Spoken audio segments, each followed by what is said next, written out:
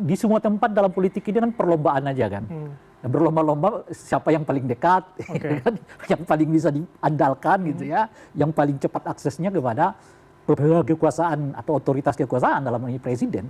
Saya kira itu sesuatu yang mungkin secara alami akan muncul juga di dalam kekuasaannya Pak Prabowo. Gitu. Tapi kalau memanggil tokoh yang selama ini mengkritisi, kemudian apa yang kemudian mengapa harus demikian? Apa keresahannya? Bisa kita baca dari presiden. Oposisinya kita selesai ya.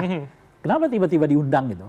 Saya kira Pak Prabowo sedang membaca tren yang makin tidak meningkatnya ketidakpuasan kepada beliau. Yeah.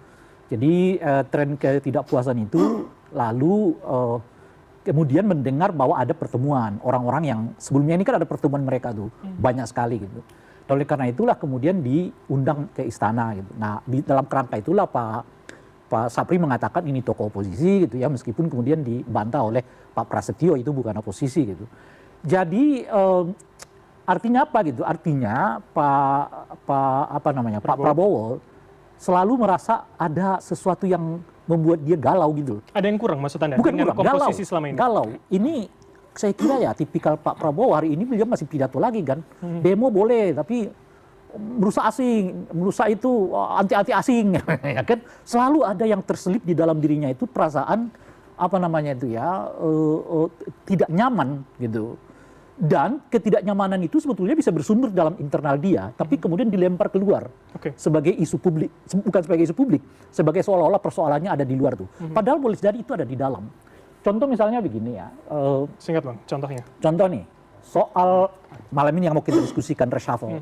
Saya kira ada keinginan yang kuat dari Pak Prabowo untuk melakukan reshuffle, tapi memang beliau nggak memiliki apa yang saya sebut sebagai mentality politik gitu loh untuk melakukan reshuffle ini gitu.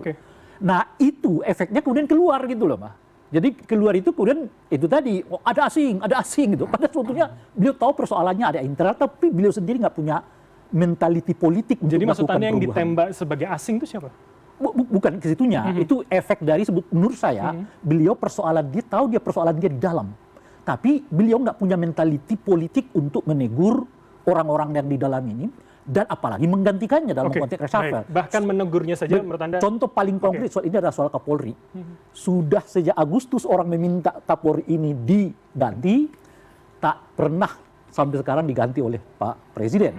Kemarin Pak Kapolri mengatakan pertahankan dengan darah dan apa namanya. Di Komisi 3 ya? Di Komisi 3, itu pernyataan yang bukan main-main sebetulnya. Tapi tetap dipertahankan oleh Pak Prabowo. Artinya mentality politik untuk melakukan perubahan internal saya kira nggak cukup di Pak Prabowo. Mas Umam.